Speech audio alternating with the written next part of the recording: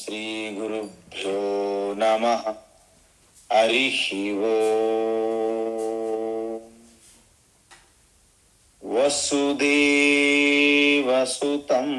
దేవం కంసచానూరమర్దనం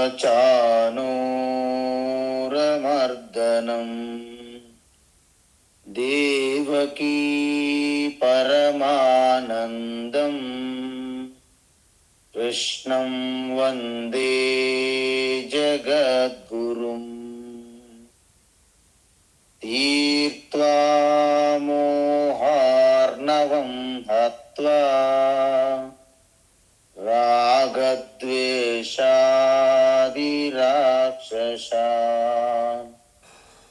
సీతా శాంతి సమాయుక్త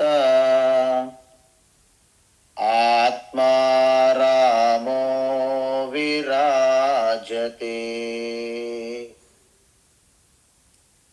ఆత్మస్వరూప బంధుగణ, మనం భక్తి యొక్క ఉత్కృష్టమైనటువంటి స్థితి అంటే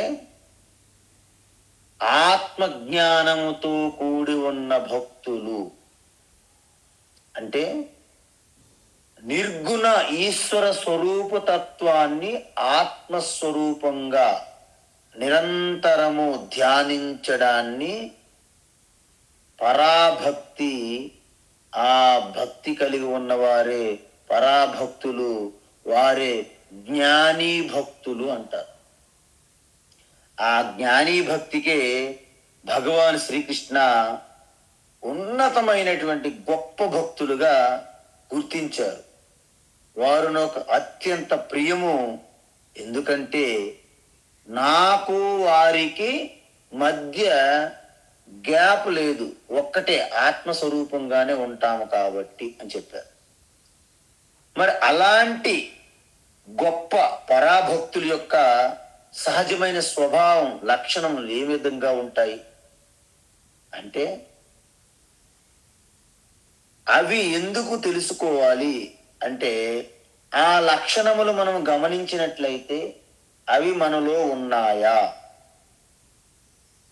లేకుంటే ఏం చేయాలి? సాధించుకోవాలి, సాధన చేసుకొని.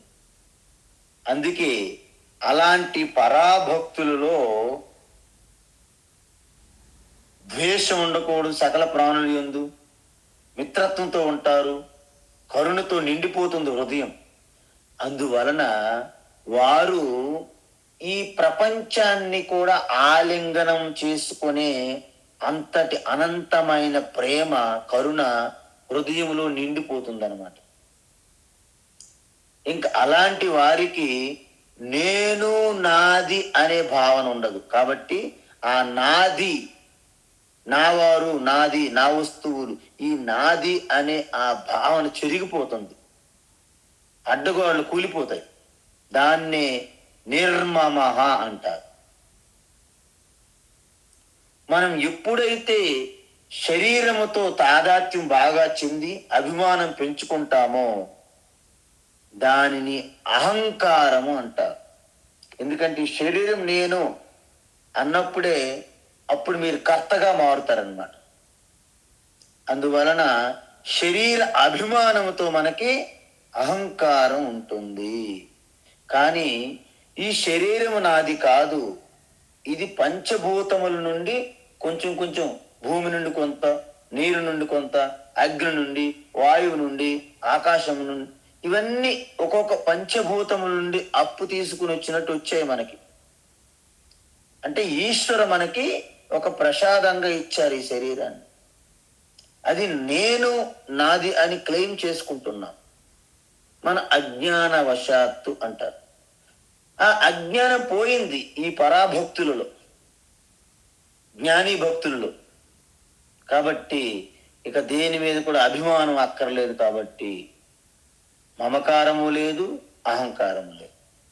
అందువలన సుఖ దుఃఖములు, ఈ ద్వంద్వములు, ఎటువంటి ద్వంద్వాలు కలిగినా కలత చెందకుండా తన యొక్క మనస్థితిని, ఆ ప్రశాంతతను కోల్పోకుండా ఉంటారు. వారిలో సహన శక్తి అనంతంగా ఉంటుంది, చెక్కు చెదరదనమాట. ఎలాగైతే మనము పిల్లర్స్ వేసి ఎంత స్ట్రాంగ్గా వేస్తామో ఆ విధంగా ఉంటుంది. వాళ్ళ సహన శక్తికి క్షమి అంటారు.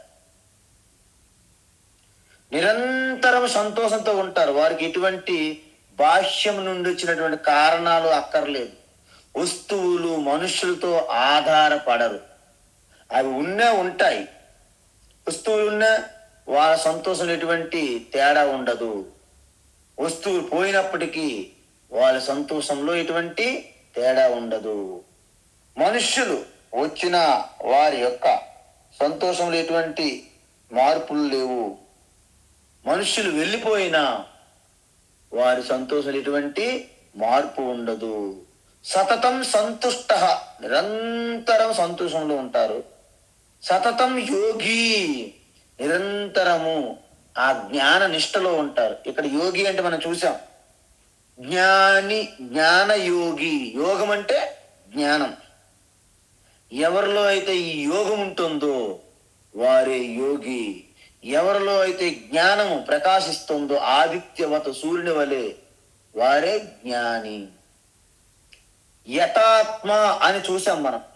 అంటే శరీరం అంటే కార్యకరణ సంఘాతం అంటారు. కార్యకరణ సంఘాతం అంటే ఏంటి?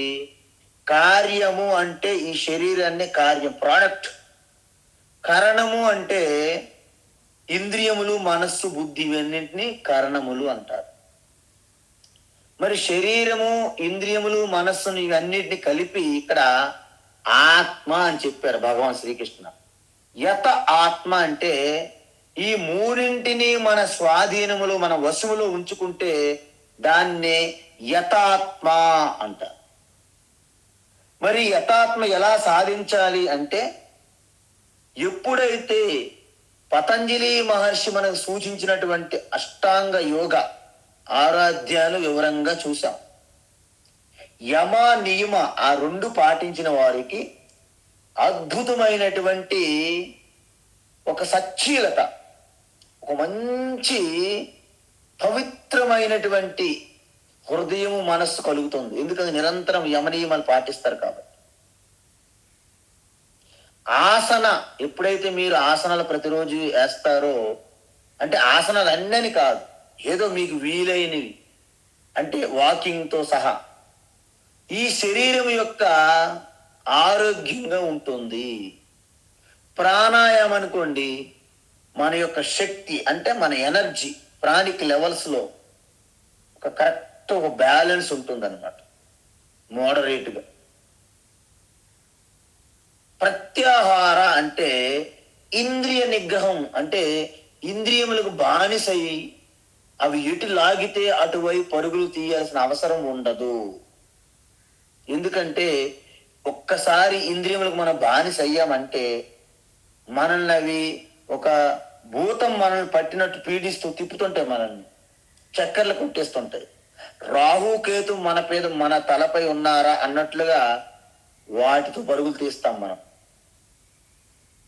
డయాబెటీస్, షుగర్ ఉంది అని చెప్తారు, కానీ ఆ విరుద్ధమైనటువంటి ఆ మిఠాయిలు తినకుండా ఉండలేరు మన వాళ్ళు. ఎందుకు? ఆ స్వీట్, ఆ నాలుక రుచికి బానిస అయిపోయాం మనం. సో ఇలాంటి ఇంద్రియ నిగ్రహం వస్తుంది. ప్రత్యాహార, ధారణ, ధ్యాన, సమాధి, అవి పూర్తిగా మనకి ఒక మనస్సు బుద్ధి యొక్క ఇంటిగ్రేషన్, యుక్తం అంటే ఏకాగ్రత సిద్ధిస్తుంది. ఈ విధంగా చేసిన తర్వాత అలాంటి వారే వేదాంత శ్రవణానికి కూర్చోగలరు. మీరు మాట చెప్పండి, దగ్గర గంటం పావు, అంటే ఈ గంటం పావు ధ్యానము, భగవద్గీత మీరు వింటున్నారంటే మీలో ఎంత ఇంద్రియ నిగ్రహం ఉండాలి, ఎంత మనో నిగ్రహం ఉండాలి చెప్పండి. ఏకాగ్రతతో వినాలి ఏమి చెప్తున్నామా అనేది. అంటే మీరు శ్రవణం చేయాలంటే మీకు ఇంద్రియ నిగ్రహము, మనో నిగ్రహము తప్పనిసరిగా ఉండాలి. నిధిధ్యాసనకు కూడా అంతే కదా. అందువలన ప్రతి మనిషి జీవితములో ఇంద్రియ నిగ్రహం, మనో నిగ్రహం అంటే ఈ యథాత్మ ఆత్మ సంయమం అంటారు. ఇది లేకపోతే ఆత్మజ్ఞానమే కాదు, మీకు వంట జ్ఞానం కూడా రాదు, అబ్బదు. ఎందుకంటే జీవితములు ఏది సాధించాలన్నా ఆ ఏకాగ్రత సిద్ధించాలి మనసుకి. అందువలన అలాంటి వారికి ఏమవుతుంది, అప్పుడు వారికి ఒక దృఢమైనటువంటి నిశ్చయం కలుగుతుంది. ఆ జ్ఞానం ఏదైతే శ్రవణం చేస్తారో దాని మీద దృఢమైన ఒక నిశ్చయం కలుగుతుంది. దానిని స్థిత ప్రజ్ఞ లేదా జ్ఞాన నిష్ఠ అని మనం చెప్పాం ఇంతకుముందు. ఎందుకు? శ్రవణము చేసిన తరువాత మీకు జ్ఞానం అర్థమవుతుంది. మననం కూడా చేశారు కాబట్టి డౌట్స్ అంటే సందేహాలు, సంశయాలు మొత్తం పోతాయి. పక్క ఎలాగైతే ఆవు కట్టడానికి ఒక కర్రను గట్టిగా లోతుగా పాతినప్పుడు కదలకుండా ఎలాగైతే చెక్ చేస్తామో, అన్షేకబుల్, మీరు షేక్ అవ్వరనమాట. అమ్మో పెద్ద గురువు గారు, పెద్ద స్వామివారు, ఆయన అలాగేం ఉండదు, పెద్ద చిన్న ఏమి ఉండదు. ఈ ఆత్మజ్ఞానంలో మీరే పెద్ద, మీరే చిన్న. అనోరణీయాన్ మహతో మహీయాన్ అంటారు ఉపనిషత్తుల్లో. ఆత్మయే సృష్టిలో కల్లా పెద్దది, ఆత్మయే సృష్టిలో అణు కంటే చిన్నది. అంటే ఏంటి? సర్వంగా వ్యాపించి ఉన్నదని అర్థం. అందువలన ఒక్కొక్కసారి మీరు చూడండి విచిత్రము, కొన్నిసార్లు చాలా మంది నాకు చెప్పారు, నాకు కూడా అనుభవంలో ఉన్నది ఈ విషయం. ఏంటి? నేను ఒక్కొక్కసారి మా గురువు గారి దగ్గరికి వెళ్ళి ఏదైనా అడుగుదామని కూర్చునేటప్పుడు ఆ క్లాసులో జస్ట్ నాకు ఏదైతే డౌట్ ఉందో అదే వారు చెప్తారు, దానికి సమాధానం ఆ క్లాసులో చెప్తారు, నా సమాధానం కాదు. నాకు అనిపిస్తుంది, నా డౌట్ స్వామీజీకి ఎలా తెలిసింది అనిపిస్తుంది. కానీ నిజానికి ఏమైనా టెలిపతి ఉందా, స్వామీజీ గారు ఏమైనా టెలిపతి ద్వారా తెలుసుకున్నారా నా సందేహాన్ని అని మనకి అనిపిస్తుంది. కానీ ఈ ఆత్మజ్ఞానం యొక్క మహిమ, గొప్పతనం, అద్భుతాలు జరుగుతుంటాయి అన్నమాట. అందుకే దీనిని దక్షిణామూర్తి స్వరూపంగా చెప్పారనమాట. సనక, సనంద, సనత్ కుమార్ అందరూ కూడా ఋషులు తన డౌట్స్ తీర్చుకోవాలని దక్షిణామూర్తి దగ్గరికి వస్తారు, చుట్టూ కూర్చుంటారు. ఆయన కేవలం చిన్ముద్రలో కూర్చుంటారు. జీవ బ్రహ్మ ఐక్యతత్వాన్ని నిర్దేశించే ఆ జ్ఞానముద్ర చూసిన వెంటనే వారి సంశయములు, సందేహములు, డౌట్స్ అన్నీ నివృత్తమైపోయినాయి, క్లియర్ అయిపోయినాయి. అలాగ జరిగినప్పుడే మీలో దృఢ నిశ్చయం, జ్ఞానం కలిగిందని అర్థం. అయితే అలా ఉన్న తర్వాత మీరు ఒక మాట చెప్పండి, మనమేమనుకుంటాము, అత్యుత్తమ భక్తులు ఎవరు అంటే భగవాన్ శ్రీకృష్ణ ప్రకారంగా జ్ఞానం అంటే ఈ వేదాంత, ఈ భగవద్గీత, ఈశ్వర తత్వం పూర్తిగా తెలుసుకున్నటువంటి వారే ఉత్తమ భక్తులు. మరి మిగతా వాళ్ళ సంగతి ఏంటి స్వామీజీ? వారు కూడా భక్తులే, కానీ వారికి ఈశ్వరునికి మధ్య గ్యాప్, దూరం ఉంటుంది. కానీ ఈ ఉత్తమ జ్ఞాని భక్తులలో మీలాంటి వాళ్ళలో ఈశ్వరుని, భగవంతునికి మీకు మధ్య ఆ దూరాన్ని చెరిపేసింది ఏంటి? ఆ జ్ఞానం. దీన్నే దృఢ నిశ్చయం అంటారు. తర్వాత ఏంటి? మయ్యర్పిత మనోబుద్ధి. ఈ మయ్యర్పిత మనోబుద్ధి అనేది అంటే పూర్తిగా సంపూర్ణ శరణాగతి అర్థం. శరణాగత వత్సల. ఎందుకంటే మనం ఏమనుకుంటామంటే ఈ పరాభక్తికి ఇంకొక పేరేంటి? అంకిత భావం అంటారు. అంటే పూర్తిగా సంపూర్ణ శరణాగతి. చాలా మంది అంటారు, ఈ జ్ఞానులు ఈ గుడిలో ఉన్నటువంటి ఏకరూప ఇష్టదేవతలు నేను ఎవరిని కొట్టి పడేస్తారు అని భ్రమలో ఉంటారు. అలాగే కొంతమంది జ్ఞానులు కూడా ప్రవర్తిస్తారు.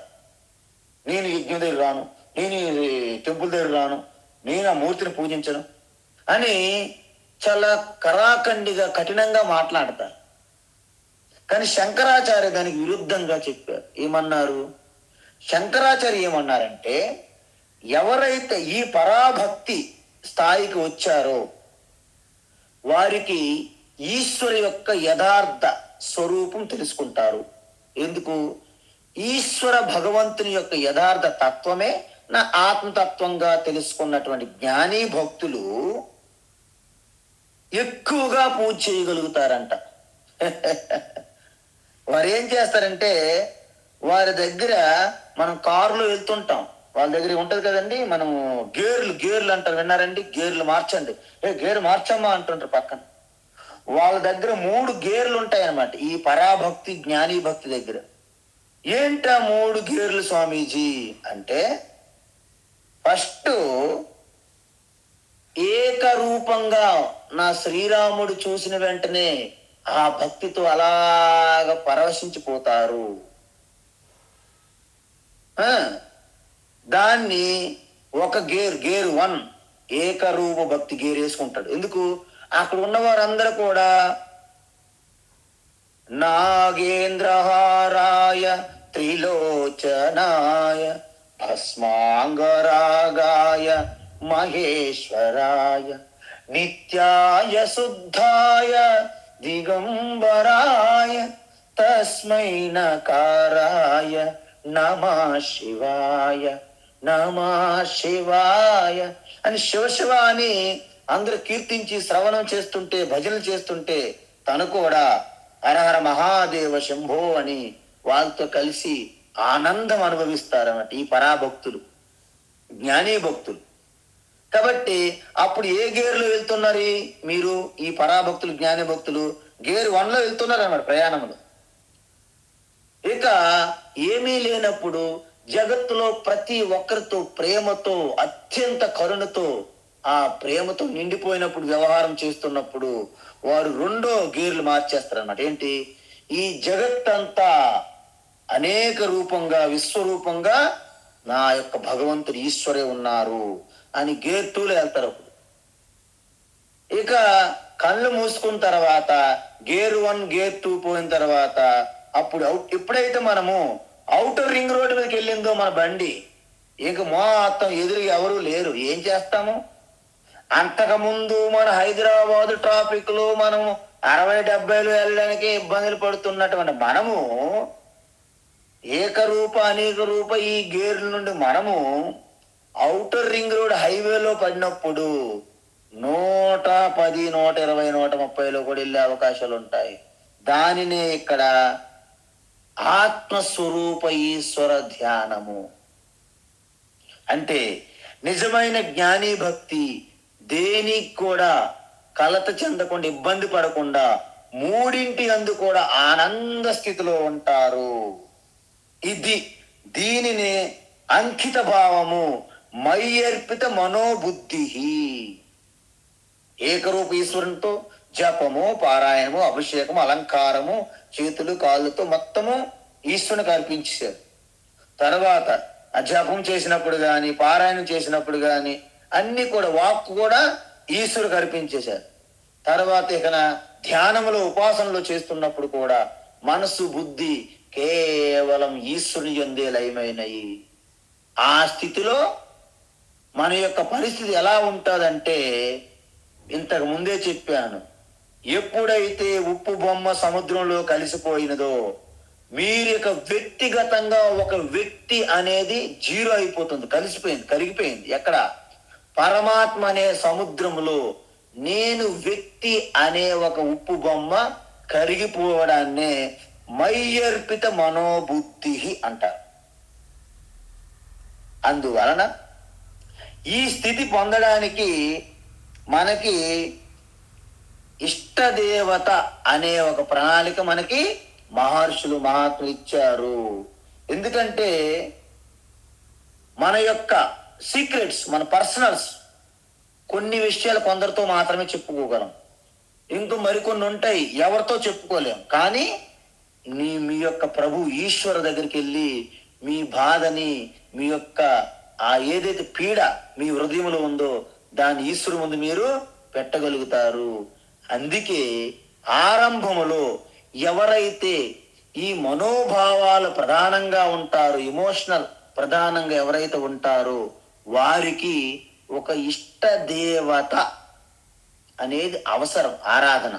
అందుకే మన రామ, కృష్ణ, త్యాగరాజు, మీరాబాయి లాంటి వాళ్ళు తన సర్వస్వము, రామకృష్ణ పరమహంస లాంటి వాళ్ళు సాక్షాత్తు వారితోనే కమ్యూనికేట్ చేసుకుంటారు, ఆ కాళీమాత, రామ, కృష్ణ. సో ఆ తరువాత అదే కాళీమాత సర్వము జగజ్జననిగా ఉన్నది అని రామకృష్ణుల వారికి అనుభూతి చెందారు. ఆ విశ్వమంతా వ్యాపించి ఉన్న కాళీమాతయే నా ఆత్మస్వరూపంగా ఉన్నదని తోతాపురి మహారాజు వారి ద్వారా అర్థమైనప్పుడు ఆయన సునాయాసంగా అవలీలగా సమాధిలోకి వెళ్ళిపోయేవారు. కాబట్టి ఇది మీరు గమనించాలి. ఇప్పుడు అలాంటి యహ మద్భక్త, అటువంటి భక్తులు, ఎటువంటి భక్తులు అంటే ఏకరూప, అనేక రూప, రూపము లేని ఈశ్వరుగా కొలిచే పరాభక్తులు ఉన్నారు కదా మీలాంటి పరాభక్తులు అన్నమాట. మీరు జ్ఞాని భక్తులు. మరి అలాంటి వాళ్ళు ఏంటి? నాకు చాలా ప్రియమైన వారు, సహా మే ప్రియ, వారంటే నాకు అత్యంత ప్రియము. ఎందుకు అత్యంత ప్రియం అంటే నా ఆత్మస్వరూపం అయిపోయారు, ఇంక వాళ్ళకి నాకు మధ్య గ్యాప్ ఉంటేగా అని చెప్తున్నారు అనమాట. ఇది నిజంగా భక్తి అంటే ఇది అసలైన భక్తి. పరమాత్మని మీ హృదయస్థంలో ఆత్మస్వరూప ఎరుకుగా మీరు అనుభూతి చెందితే దీనిని హయ్యెస్ట్ ఉత్తమ భక్తి అని నారద మహర్షి చెప్పారు, నారద భక్తి సూత్రాలలో. శంకరాచార్య చెప్పారు అనేక గ్రంథాల్లో, ముఖ్యంగా వివేక చూడమనిలో కూడా ఉంది. మరి యావత్ ఉపనిషత్తులంతా దీని గురించే చెప్తున్నాయి. వేదాలు, పురాణాలన్నీ కూడా ఆ వెనక మనకి ఒక మెడిసిన్ ఇచ్చేటప్పుడు పైన షుగర్ కోటింగ్ లాగా కథలు చెప్తారు పురాణాల్లో, కానీ దానిలో ఉన్న రహస్యంగా ఉన్న నిగూఢ తత్వం కూడా ఇదే పురాణాలన్నీ. అందుకే ఆత్మ నివేదనం అక్కడ అంటే ఏంటంటే సంపూర్ణ సరెండర్. ఇంక మీరు లేరు, I am nothing, God is everything.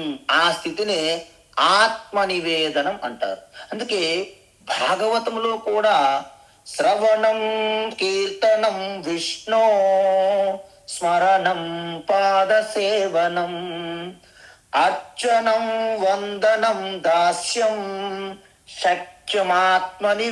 ఆత్మనివేదనం.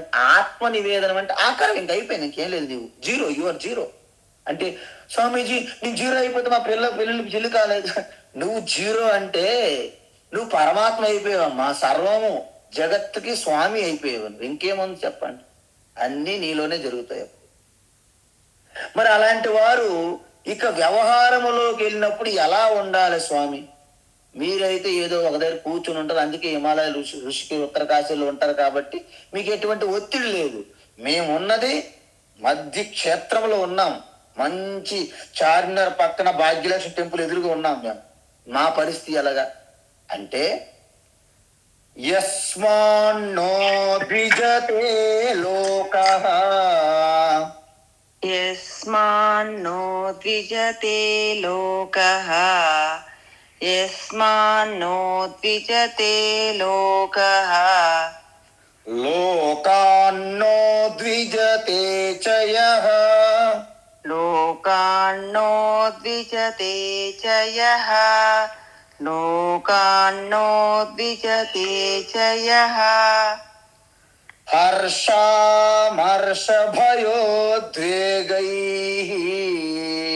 హర్షామర్షభయోద్వేగైః, హర్షామర్షభయోద్వేగైః, ముక్తో యస్స చ మే ప్రియః, ముక్తో యస్స చ మే ప్రియః, ముక్తో యస్స చ మే ప్రియః, యస్మాన్నో ద్విజతే లోకః, లోకాన్నో ద్విజతే ద్విజతే చ యః యస్మాన్నో ద్విజతే లోకః లోకాన్నో ద్విజతే చ యః యస్మాన్నో ద్విజతే లోకః లోకాన్నో ద్విజతే చ యః హర్షామర్షభయోద్వేగైః ముక్తో యః స చ మే ప్రియః హర్షామర్షభయోద్వేగైః ముక్తో యః స చ మే ప్రియః హర్షామర్షభయోద్వేగైః ముక్తో యః స చ మే ప్రియః. జనరల్ గా మనలో ప్రతి ఒక్కరిలో రెండు రకాల స్వభావాలు ఉంటాయి, రెండు రకాలు ఉంటాయి. అయితే ఈ రెండు రకాల్లో కొంతమందిలో ఒకటి ప్రధానంగా ప్రభావంగా ఉంటుంది, ఇంకొందరిలో ఇంకొకటి ప్రభావంగా ఉంటుంది. ఏంటి ఇంకొకటి అంటున్నారు అంటే, ఈ మనస్సు బుద్ధి రెండు రకాలైనటువంటి వాటి యొక్క ప్రవృత్తి ఆధారంగా మన అంతఃకరణం ఉంటుందన్నమాట. అంటే కొంతమంది హృదయము కఠినమైనటువంటి రాయిలా ఉంటుంది. కొంతమంది హృదయము ఆ కోమలం అంటే ఆ నవనీతం వలె అత్యంత మృదువుగా ఉంటుంది. దీన్ని బట్టి రెండింటి వలన కూడా ఒకదాని వల్ల లాభము ఉంటుంది, ఒకదాని వల్ల నష్టము ఉంటుంది. అంటే ఈ లాభము నష్టము మనం ఎలా దాన్ని మలుచుకోవాలనే మన యొక్క సమయస్ఫూర్తి, మన వివేక బుద్ధి మీద ఆధారపడి ఉంటుంది. ఎందుకంటే ఎలాంటి కష్టాలు ఎదురైనా ఆ మనస్సు చెలించకుండా హృదయం అనేది ధైర్యాన్ని ధారణ చేసి కఠినంగా ఉంటుంది. అలా ఉన్నవారికి ఇక సృష్టిలో ఏది కూడా చెలింప చేయలేదు. అందుకే అది చాలా అవసరం అండి. నిజం చెప్పాలంటే ఆ హృదయము అంత దృఢంగా కఠినంగా ఉండాలి హృదయం. లేకపోతే మీరు సమాజానికి న్యాయాన్ని అందించలేరు. మీరు సెంటిమెంటల్ ఎమోషన్లో పడిపోతారు, అంతే, ఏముంది. అందుకే మన సమాజములో, మన భారతీయ సనాతన ధర్మములో స్త్రీకి సాధారణంగా కోమలమైనటువంటి ఆ మృదువుగా ఉన్నటువంటి హృదయం ఉంటది. కాబట్టి అందుకే స్త్రీలకి ఇదొక రకమైనటువంటి ప్రతిబంధకము, స్పీడ్ బ్రేకర్ అన్నారు. అందుకే స్త్రియో వైశ్య శూద్రాహ అంటే వీళ్ళందరూ కూడా చిన్న చిన్న బలహీనతలు ఉంటాయనే అర్థం, అంతే తప్ప వాళ్ళ మీద వివక్ష భావం కాదు. అందువలన ఈ కోమలత్వం చాలా అవసరం. అది తల్లి ప్రేమ. కానీ ఆ తల్లి ప్రేమ ఆ బిడ్డలకే పరిమితం అవ్వకూడదు. ఆ ప్రేమ యావత్ జగత్తుకు కూడా వ్యాపింపు చేయాలి. అలాంటి ప్రేమ అవసరం. ఇంకా అప్పుడు మీకు ఇంక రెండోది అనేది లేదు. ఇంకా అంత కఠినంగా మారాల్సిన అవసరం ఉండదు. కానీ ఆ స్థితికి చేరుకునే ముందు మీరు కొంత కఠినత్వము ధారణ చేయాల్సి ఉంటుంది. అందుకే సంధ్యావందనం అంటే మనకు ఉపనయనం చేసేటప్పుడు కూడా ప్రాచీన కాలంలో ఉపనయనం చేసేటప్పుడు ఒక బండరాయి మీద నిలబెట్టేవాళ్ళు అన్నమాట ఆ బ్రహ్మచారులకి. ఎందుకంటే బ్రహ్మచారిని అంటున్నాను నేను, మీరు గమనించాలి. ఆడపిల్లలకు కూడా యజ్ఞోపవీతం చేసేవారు మన సనాతన ధర్మంలో. ఆడపిల్ల మగపిల్ల ఏంటండి, ఇద్దరికి కూడా వేద జ్ఞానం అవసరమే కదా. మరి వేదము చదవాలంటేనే యజ్ఞోపవీతం అవసరం కదా. మరి వేదం వచ్చిందే వేదమాత సరస్వతి కాదా. మరి వేదమాత అయినటువంటి వేద జ్ఞానము మరి ఆడపిల్లకి నుండి దూరం ఎలా చేయగలుగుతారు? Who has given right? ఎవరిచ్చారు మీకు హక్కు? అదనమాట. కాబట్టి ఇదంతా కూడా కొన్ని వేల సంవత్సరాలు, వందల సంవత్సరాలు జరిగినటువంటి కుట్ర. కుట్ర అంటే కుట్ర అన్నం, ఇది ఒక స్వార్థపూరితమైనటువంటి ఆలోచన అనండి, అది కుట్రే అవ్వచ్చు, ఓకే. అయితే అందువలన ఎందుకు ఆ బండరాయి మీద నిలబెట్టేవాళ్ళంటే, నీ యొక్క జీవితంలో ఎటువంటి ఎత్తుపల్లాలు ఒడిదుడుకులు వచ్చినా, ఎటువంటి షేకులు కలిగినా నువ్వు కలత చెందకుండా హృదయం అనేది, గుండె అనేది అత్యంత ధైర్యంతో, గుండె నిబ్బరంగా ఉండాలని ఆశీర్వాదం చేసేవాళ్ళు గురువులకు.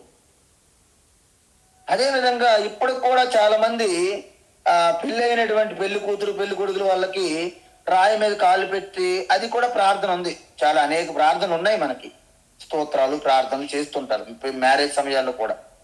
అందువలన అలాంటి హృదయం అంత దృఢంగా ఉన్న వ్యక్తి ఈ ప్రపంచంలో హార్ట్ అటాక్స్ కి గురవరు. ఎందుకు గురవరు అంటే ఇవన్నీ, ఇది ఈ ప్రకృతి అంతా ఈశ్వరుని యొక్క లీల.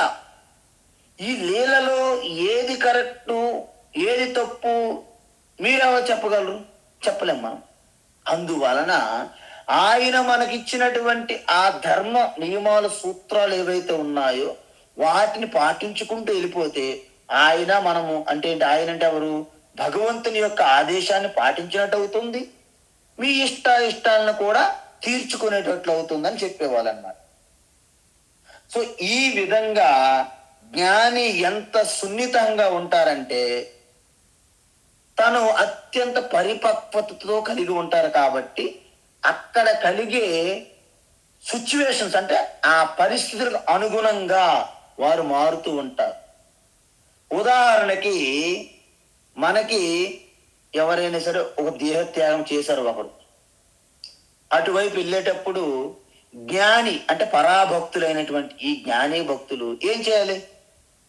వాస్తవానికి ఈ ప్రారబ్ధంతో వచ్చినటువంటి శరీరం ప్రారబ్ధం తీరిపోయిన తరువాత అది కూలిపోతుంది, మళ్ళీ పంచభూతములలో ఈ స్థూల శరీరం కలిసిపోతుంది.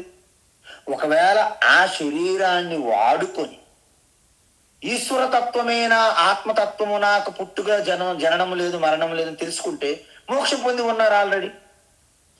ఒకవేళ తెలుసుకోకుండా ఈ ప్రారబ్ధం అయిపోయిన తర్వాత శరీరం పడిపోయింది అనుకోండి, సూక్ష్మ శరీరం ఎలాగా వెళ్ళి మరొక శరీరం పొందుతుంది కదా. అంటే ఇంతటి క్లారిటీ ఉన్నటువంటి ఈ పరాభక్తులకి అప్పుడు ఏం చేస్తారు?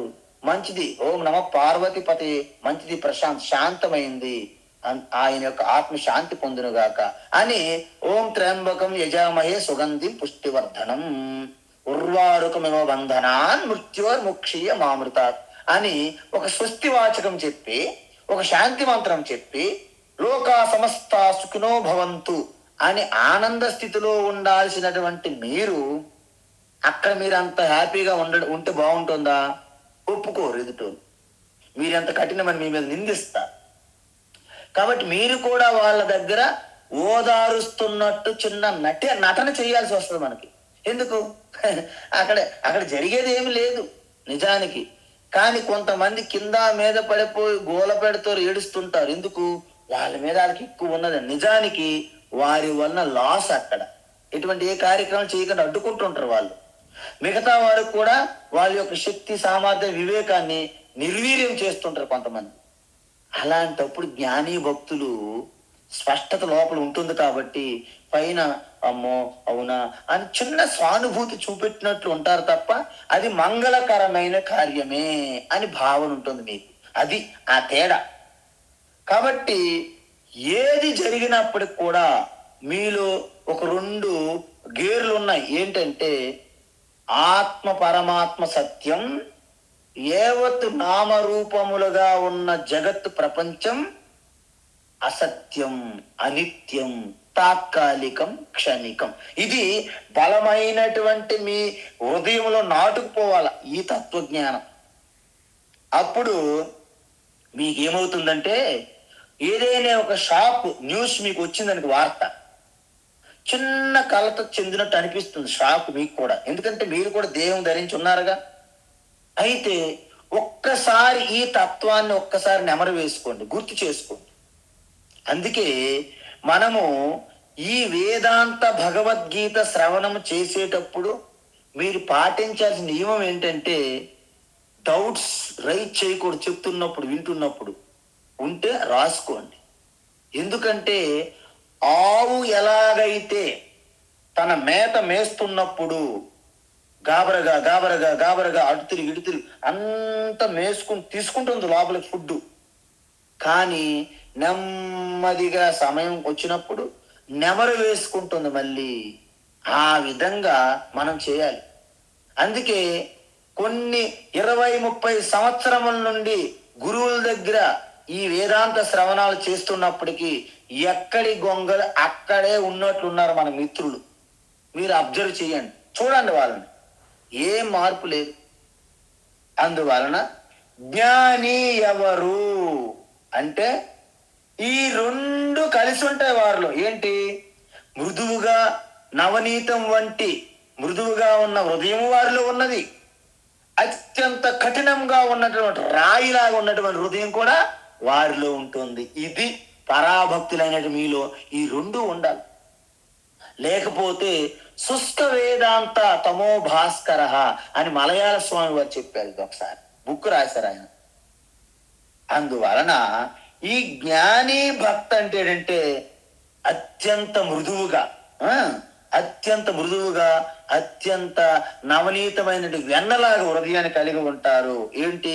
మీరు కర్తగా ఉన్నప్పుడు అంటే నేనే కార్యక్రమాలు కర్తవ్య కర్మలు చేస్తున్నప్పుడు మీరు అత్యంత ప్రేమతో అత్యంత మృదువుగా ఉంటారు. కానీ మీరు ఆ ఫలితాలను అనుభవించేటప్పుడు మాత్రము మీరు చాలా కఠినంగా ఉంటారు. ఎందుకంటే అక్కడ సెంటిమెంట్లు, స్వార్థంగా మనవారు అనే భావనని మీరు విడిచిపెట్టేస్తారన్నమాట. అందువలన ఏ సమయములో మీరు కఠినంగా ఉండాలి, ఏ సమయములో నేను ప్రేమతో నిండిపోయిన నవనీతం వెన్నలా ఉండాలి, బట్టర్, క్లారిఫైడ్ బట్టర్, ఇది ఆ పరిపక్వత మనలో ఉంటుంది. అంతే కదండి. అందువలన స్వార్థంగా అన్ని కూడబెట్టుకునే ఆ బుద్ధి మనలో ఉండదు. మనకి ఏది వచ్చిన నలుగురితో పంచుకొని తినడమే మన యొక్క స్వభావంగా మారిపోతుంది. అదే జ్ఞాని భక్త యొక్క స్వభావం. అందువలన వారికి యస్మాత్ లోక నా ద్విజతే, జ్ఞాని ఎదుటి వారిని బాధ పెట్టరు, బాధించరు. ఎదుటివారు అంటే ఏంటి? ఈ జగత్తు యస్మాన్ లోక నా ద్విజతే, ఎదుటి వారిని బాధించరు అంటే ఎవరిని కూడా హింసించరు, నొప్పించరు, వారికి డిస్టర్బ్ చేయరు, వారిలో ఉద్వేగం కలిగింపజేయరు. ఎందుకంటే తనకు తెలియకుండా వారు ఎవరైనా బాధపడ్డారు అనుకోండి, మీరేం చేస్తారు? కానీ మీ సమక్షంలో మీ ద్వారా మీరు వారి బాధని మీరు తొలగించగల శక్తి మీలో ఉంటే అది ఎప్పటికీ జరగనివ్వరన్నాడు మీరు.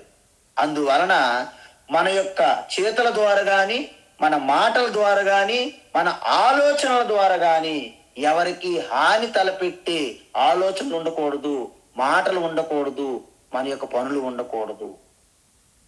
అంటే లోకములోని మనుష్యులు నా ద్విజతే అంటే బాధపడరు. యస్మాత్ అంటే ఎవరి వలన? ఈ యొక్క జ్ఞాని భక్తుల వలన. అంటే జ్ఞాని భక్తుల వలన లోకములో ఎవ్వరు కూడా ఇబ్బంది పడరండి. ఇది విషయం. లోకాత్ నా ద్విజతే, లోకము వలన నుండి ఈయన అంటే మీరు ఇబ్బంది పడరు. ఎందుకు? మీరు ఆల్రెడీ బండరాయలాంటి హృదయాన్ని పెట్టుకున్నారు. ఆల్రెడీ మీకు ఎన్ని సమ్మిడి దెబ్బలు వచ్చి తగులుతున్నా జగత్తు ప్రపంచం నుండి మీరు చాలా హ్యాపీగా తట్టుకోగలరు. మీ హృదయము కఠిన రాయిలా ఉన్నదనుకోండి, మీ అబ్బాయి వచ్చి ఒక్క షాక్ ట్రీట్మెంట్ కొడతాడు, ఒక సమ్మిడి దెబ్బ హృదయం మీద, మీరు ఓపికతో భరిస్తారు. ఓకే నాయన, గాడ్ బ్లెస్ యూ, నీకు కూడా మంచి సద్బుద్ధి ప్రాప్తించుగాక, నీ హృదయం పవిత్రమైపోయి ప్రపంచాన్ని అంతటి కూడా నువ్వు ఆలింగనం చేసుకుని ఆ ప్రేమ కరుణ నిండిన హృదయం నీకు ప్రాప్తించుగాక అని ఆశీర్వాదిస్తుంటారు మీరు.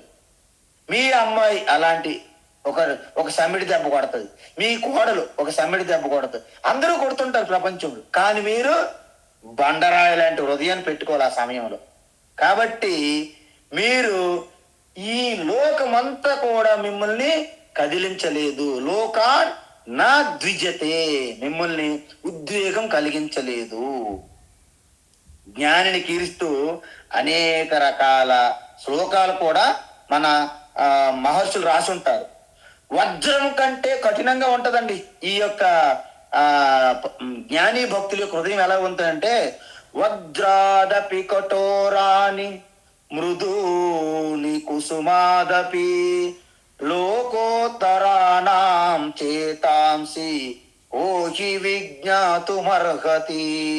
అంటే ఈ జ్ఞాని భక్తులు, మీలాంటి పరాభక్తులు, ఉత్కృష్టమైన భక్తులు హృదయం ఎలా ఉంటదంటే వజ్రం కంటే కఠినంగా ఉంటదంటే. అండ్ అప్పుడే అలాగా ఆ పుష్పము అలాగా వికసిస్తుంటే ఆ మృదుమైన కోమలమైనటువంటి ఆ పెటల్స్ కంటే మృదువుగా, అంతకంటే సాఫ్ట్ గా మీ యొక్క హృదయం ఉంటది. రెండు కూడా. అందువలన లోకం కోసమే మీరు కేవలం లోక కళ్యాణం కోసం పాటుపడుతున్నటువంటి మీ యొక్క బుద్ధి, మనస్సు, మీ సర్వ వ్యక్తిత్వాన్ని ఎవరు తెలుసుకోగలరండి ఆ లోతుని అంటున్నారన్నమాట. అందువలన ఈ విధంగా జ్ఞాని భక్తుల యొక్క గొప్పతనాన్ని భగవాన్ శ్రీకృష్ణ మరొకసారి అద్భుతమైనటువంటి విధానంతో తెలియజేశారు. మరి అలాంటి వారు ఏమవుతుంది? హర్ష అమర్ష భయ ఉద్వేగై ముక్త. అంటే ముక్త అంటే ఏంటంటే వాటి నుండి మీరు పూర్తిగా మోక్షం పొందుతారు. ఇదేటి నుండి? హర్షము అంటే ఒకసారి ఎప్పుడు అనేక సార్లు మన యొక్క క్రికెట్, పాకిస్తాను మనకంటే ఒక శత్రువుగా భావన ఉంటుంది. మనకి, వారికి ఉంటుంది, మనకి ఉంటుంది. కానీ క్రికెట్ మ్యాచ్ అయిందనుకుని యుద్ధం కానీ, సిపాయిలు ఆ యొక్క బార్డర్లో, సరిహద్దుల్లో యుద్ధమైన గ్రౌండ్ లో ఆట అయిన రెండు కూడా అంత ఉద్వేగంతో చూస్తుంటాం మనం.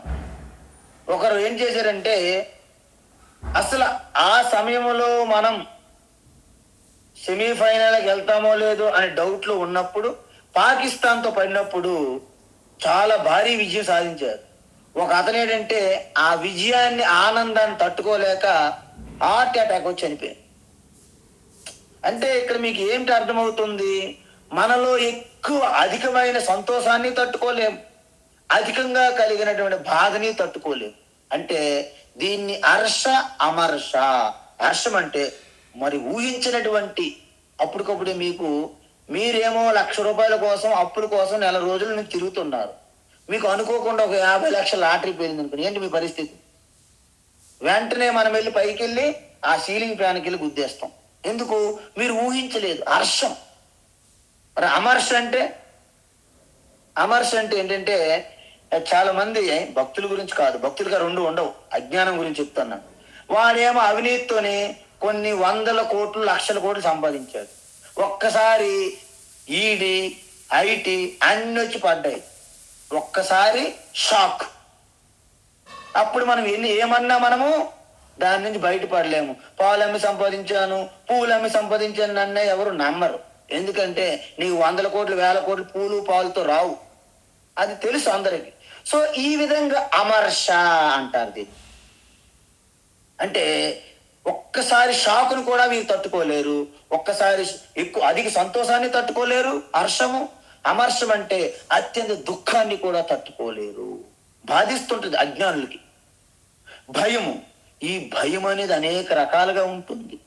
వస్తువులు వచ్చినవి పోతాయని భయం, మనుషులు విడిపోతారని భయం, ఒంటరిగా ఉన్నానని భయం, రోగం వస్తుందని భయం, తర్వాత చనిపోతానేమో మృత్యు భయం. అనేక రకాల భయములతో పీడించబడతారనమాట. అందువలనే మనం ఎన్ని పేకపులు చేసుకుంటున్న యవ్వనములో ముసలితనం అనే అక్కడ ఆడపులి ద్వారం దగ్గర ఎదురు చూస్తున్నది ముసలితనం రూపంలో. అంత fair and lovely fair and ఏదో అంటాం మనం, కానీ అనుకోకుండా మనకి రింకిల్స్ కనిపిస్తాయి ఫేస్ లో. ఒక్కసారి షాక్, తట్టుకోలేరు. ఒక్కసారి జుట్టు అలాగ జుట్టు ఊడిపోతుంటుంది. అబ్బా ఎంత నల్లగా బ్లాక్ హెయిర్ కదండి, బ్లాక్ హెయిర్ 15 రోజుల తర్వాత ఒక్క వైట్ హెయిర్ కనిపించింది అనుకోండి, మీకు షాక్. సో ఇవన్నీ అనేక రకములైనటువంటి ఆ పరిపూర్ణత లేకపోవడము, భయంతో కూడున్న జీవితం అన్ని మిమ్మల్ని బాధిస్తుంటాయి. వీటన్నిటి నుండి ఫ్రీ అయిపోతారు మీరు పరాభక్తులు కాబట్టి. శరీరం అనేది మీకు జస్ట్ ఒక వాహనం లాంటిది. అందువలన ఈ జీవన ముక్తి మీరు పొందుతారు. అంటే ఏంటి? ఈ శరీరములో మీరు ఉన్నప్పుడే మోక్షం పొందారని అర్థం. అందువలన మీరు 4 విషయాలు ఇక్కడ చెప్తున్నారు భగవాన్. ఏంటి? హర్ష అంటే ఊహించని అధిక ఉత్సాహాన్ని తట్టుకోలేకపోవడం. హర్ష అంటే అధికమైన ఉత్సాహం అన్నమాట. దాన్ని తట్టుకోగలిగే శక్తి మీలో ఉండాలి. అమర్ష అంటే అత్యంత ఆ అత్యంత చిరాకు, బెంగ, దిగులుతో ఉంటారు చూడండి, దాన్ని అమర్ష అంటారు. ఎంత దిగులుతో ఉన్నారండి, ఎంత బాధతో, ఎంత బెంగతో, దాన్ని అమర్ష అంటారు. ఎందుకంటే దీనివల్లనే మనకి ఈర్ష్య కలుగుతుంది, అసూయ. ఇవి మనల్ని ఒక కర్రను ఎలాగైతే, ఆ పురుగు ఎలాగైతే రంధ్రాలు పెట్టి దాని యొక్క ఆ కర్రలో దాని యొక్క అసలైనటువంటి తత్వం ఆ కర్రలో ఉన్నటువంటి పూర్తిగా దాన్ని డొల్ల చేసేస్తుందో, ఇవి మన వ్యక్తిత్వాన్ని డొల్ల చేసేస్తాయి. అదే విధంగా భయం చెప్పాను. ఉద్వేగై, ఈ ఉద్వేగం అండి అంటే ఏంటంటే, ఉద్వేగం అంటే దేన్ని తట్టుకోలేకపోవడం.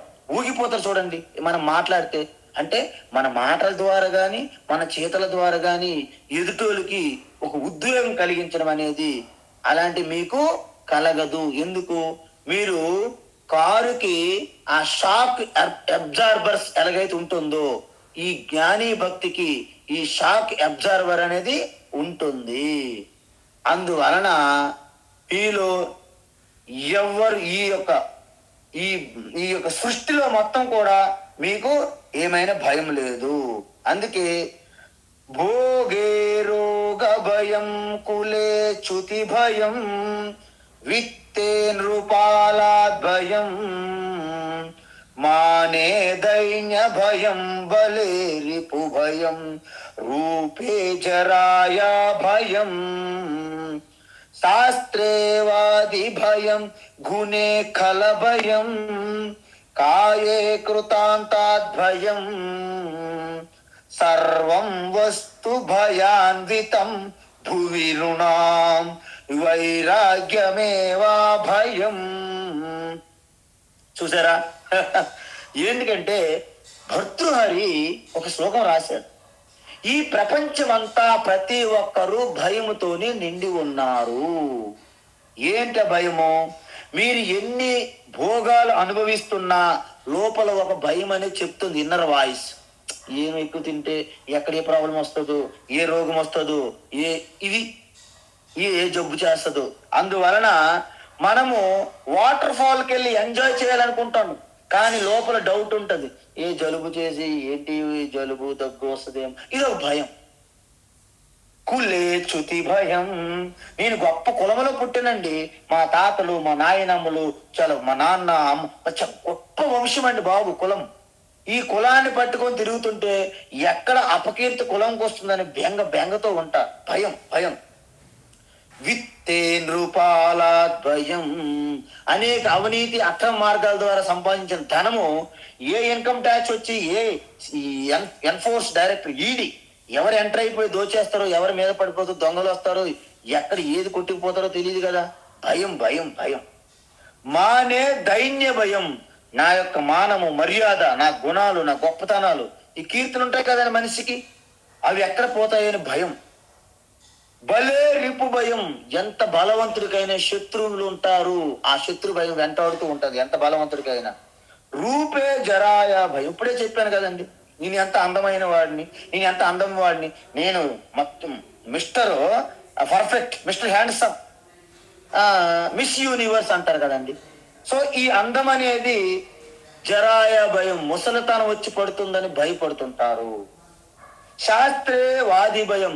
మరి వీరు ఎన్ని శాస్త్రాలు చదివినా ఎవరో ఇంకా ఎక్కువ శాస్త్రాలు చదివిన వాడు నాకు ఓడిస్తాడేమో అని భయం. గుణే కల భయం.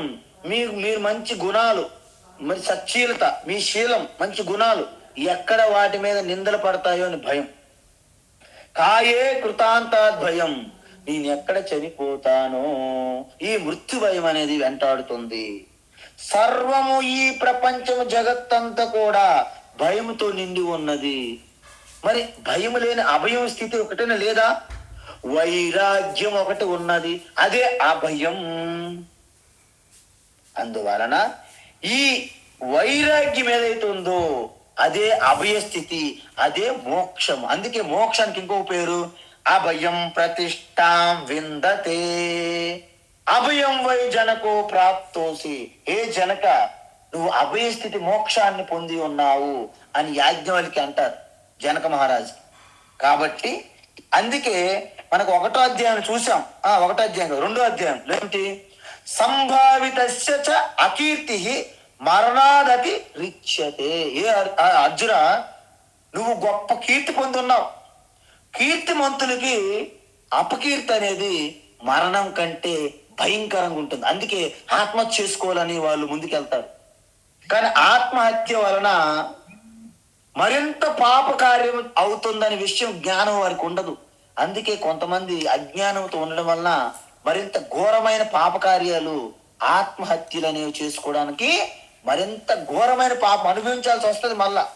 మళ్ళా దానికంటే భయంకరమైనది అనుభవించాల్సినటువంటి శరీరం పొందుతారు. కాబట్టి ఈ ఆత్మహత్య అనేది కనీసము అత్యంత పాపహీనమైన కర్మ కాబట్టి అది చేయకూడదు. కానీ సమాజంలో జరుగుతుంది, అంటే ఎవరికి అవేర్నెస్ లేదు. అందువలన ఈ వైరాగ్యం అనేది అభయము. కాబట్టి పరాభక్తులు, జ్ఞాని భక్తులకి ఈ 4 ఉండవు. హర్ష, అమర్ష, భయము, ఉద్వేగం నుండి మోక్షం పొంది ఉంటారు జీవన్ముక్తులు. కాబట్టి అలాంటి వాళ్ళు ఏంటి? ముక్త యహ ముక్త సమే ప్రియ. ఎవరైతే ఈ 4గింటిని, అంటే లోకము నుండి వాళ్ళు ఉద్వేగం ఇబ్బంది పడరు, వారి నుండి లోకం ఎవరు ఇబ్బంది పడరు, హర్షం వచ్చినా హమర్షం వచ్చినా భయము ఉద్వేగాలన్నీ లేని స్థితిలో ఉన్నటువంటి ఈ జ్ఞాని భక్తులకి, అంటే నాకు అత్యంత ప్రియము, మిక్కిలి ప్రియం వాళ్ళంటే. ఎందుకంటే నాకంటే లేశమంతా, ఇసుమంతా, ఒక ఇసుక రేణువంత కూడా గ్యాప్ లేదు వాళ్ళకి నాకు, 1 మిల్లీమీటర్ అంత కూడా వాళ్ళకి నాకు గ్యాప్ లేదు. కాబట్టి వారంటే నాకు మిక్కిలి ప్రీతికరం. తర్వాత ఇంకా వారి యొక్క గొప్ప లక్షణములు ఏమిటి, ఆ పరాభక్తులు, జ్ఞాని భక్తులు అనేది రేపటి క్లాసులో కొనసాగిద్దాం. హరి ఓం తత్సత్. సర్వం శ్రీకృష్ణార్పణమస్తు.